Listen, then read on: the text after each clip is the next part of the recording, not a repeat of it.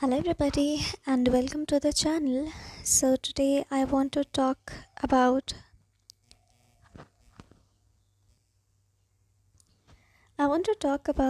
the topic spiritual guidance or spiritual ego. Sometimes when we scroll through social media, we come across messages that make us pause and think a little deeper. Today I want to share a small reflection that came to me after watching a moment online. This is not about attacking anyone or judging anyone's journey. We are all learning in different ways. But sometimes an observation can open a larger conversation, and that is what I want to share with you today. In the spiritual world, especially in spaces like tarot reading, intuition, and guidance, there is something very delicate that often gets overlooked. It is the line between being a guide and believing that you are the source of what is happening in someone else's life. Recently, I saw a moment where a spiritual creator was reacting very emotionally to messages from followers who were saying things like, because of a guidance, I did this, or because of you, something changed in my life. And the reaction felt almost as if the person believed they had personally created that transformation. Watching that made me pause and think about something deeper.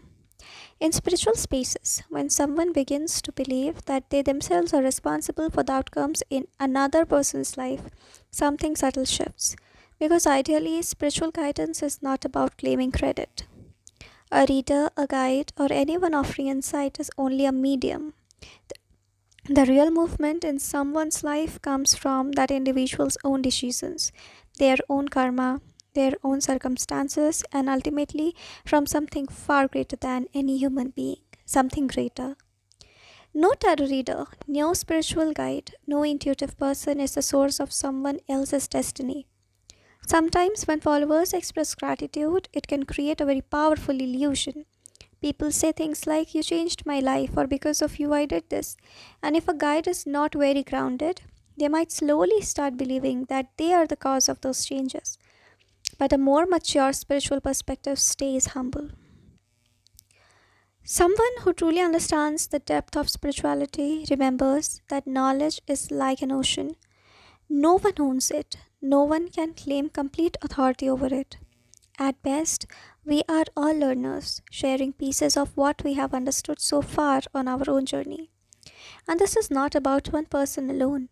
Today, there are many tarot readers and spiritual channels on the internet. Many of them genuinely want to help people. Many of them are exploring their intuition and sharing their understanding. There is nothing wrong with that. Learning and sharing are both natural. But when guidance becomes mixed with validation, attention, or the feeling of, "I did this," the spirit of service can slowly change. Because ideally, spiritual guidance is meant to be a selfless act. It is not about proving how powerful one's intuition is. It is not about taking credit for someone else's life decisions. And it is certainly not about creating a dramatic identity around being a guide. A true guide remains aware that they are simply offering perspective. The real responsibility for life decisions always remains with the person who is living that life. And this is also something audiences should remember. Listening to guidance can inspire you. It can give you new ways to think or reflect, but the real transformation in life always comes from within. You, from your choices, your awareness, and your actions. So perhaps the healthiest approach in spiritual spaces is humility on both sides. The guide remains humble about their role, and the audience remembers their own agency. Because in the end, no human being controls another person's destiny. At most, we can share what we have understood so far on our own journey, and the rest is always in the hands of something greater. So, thank you very much for listening up till here, and God bless you all.